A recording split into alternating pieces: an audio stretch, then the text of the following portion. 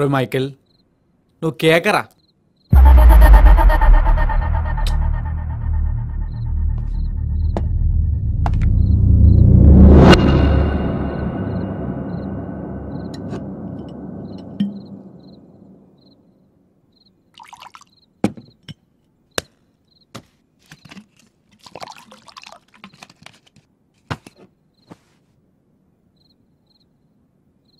ఏంటి మమ్మీ, ఏంటి అలా చూస్తున్నావు?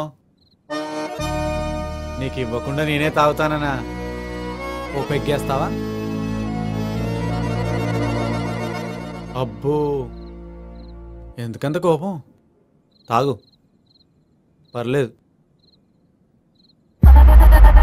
నీ కొడుకు సొమ్మే, టాబ్లెట్ కూడా అవసరం ఉండదు.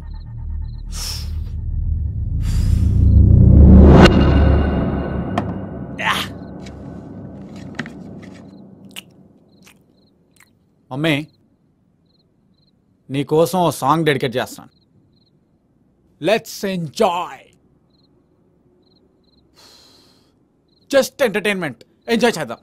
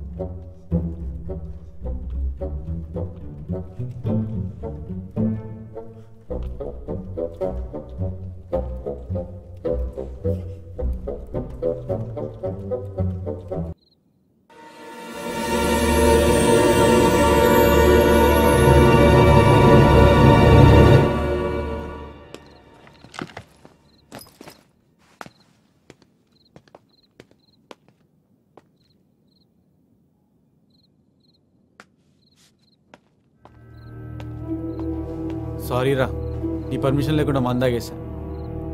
జస్ట్ ఫర్ ఫన్ రా, ఏదో అమ్మకు కూడా కొంచెం చేంజ్ ఉంటుందని. రే ఏమైందిరా? ఆఫీస్ అమౌంట్లో 50,000 మిస్ అయిందిరా. రే మిస్ అయిందా? నొక్కేసావా? నువ్వు కూడానా? ప్రామిస్ రా, ఆఫీస్లో లెక్కెడితే కరెక్ట్గా ఉంది, బ్యాంకులో లెక్కెడితే షార్టేజ్ వచ్చిందిరా. అరే 3-4 రోజుల్లో డబ్బులు కట్టకపోతే అరెస్ట్ చేస్తారంటరా. అమ్మ కండిషన్ చూస్తే సీరియస్గా ఉంది, ఇప్పుడు ఏం చేయాలో అర్థం అవట్లేదురా. అరే అరే నీ దగ్గర ఉంటే అడ్జస్ట్ చేయరా, మళ్ళీ నేను ఉన్నప్పుడు ఇస్తాను. రే టైట్ రా, యుఎస్ నుంచి వచ్చే చెక్లే రాలేదు, కొరియర్ డిలే. అయినా నీకు వచ్చినప్పటి నుంచి ఓ మాట చెప్పాలనుకున్నాను రా, నీ కష్టాలన్నీ ఇంటి వల్లేరా. అర్జెంటుగా ఇల్లు మార్చేయాలరా, వాస్తవం బాగాలేదురా.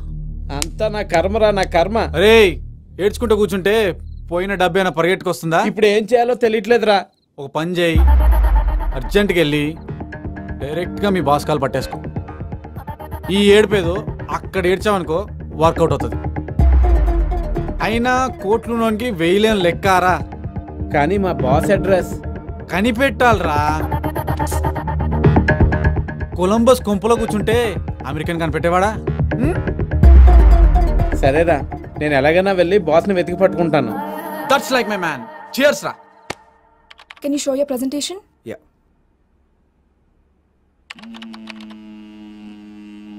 ఎక్స్క్యూజ్ మీ,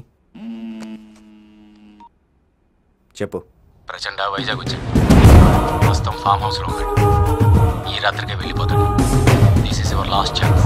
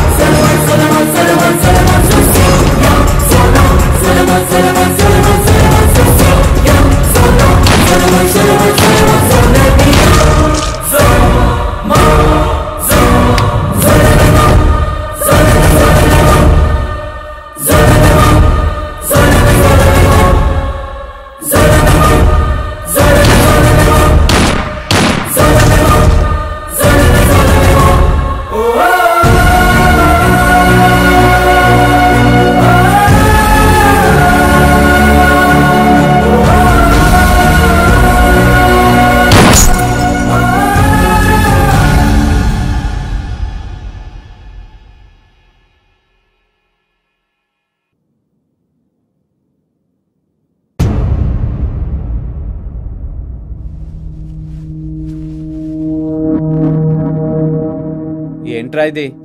చదువుకునే రోజుల్లో సమాజం సామాజిక న్యాయం అనేవాడివి. ఇప్పటికీ అదే చేస్తున్నాను. ఆ మాటకే కట్టుబడి ఉన్నాను. ఏంటి మనుషుల్ని చంపడమా? జర్నలిస్ట్గా చేయలేని పనిని ఒక కామన్ మ్యాన్గా చేస్తున్నాను. చేసే పని అదే, కానీ పద్ధతే వేరు. టైం ఇచ్చిన జడ్జిమెంట్ రా ఇది. దానికి నేను ఎగ్జామ్షన్ కాదు. కాలేజ్ డేస్ అయిన తర్వాత జర్నలిస్ట్గా నా కెరీర్ స్టార్ట్ అయినప్పుడు నాకు రోల్ మోడల్ దొరికాడు. కానీ అప్పటికే నేను అడుగులేద్దాం అనుకున్న దారిలో అతను ఆల్రెడీ పరుగులు తీస్తున్నాడు. ఆ అడుగులో అడుగులేస్తూ నడక నేర్చుకుంటూ ఆ వైబ్రేషన్స్కి ఇన్స్పైర్ అయ్యి ముందుకెళ్దాం అనుకున్నాను.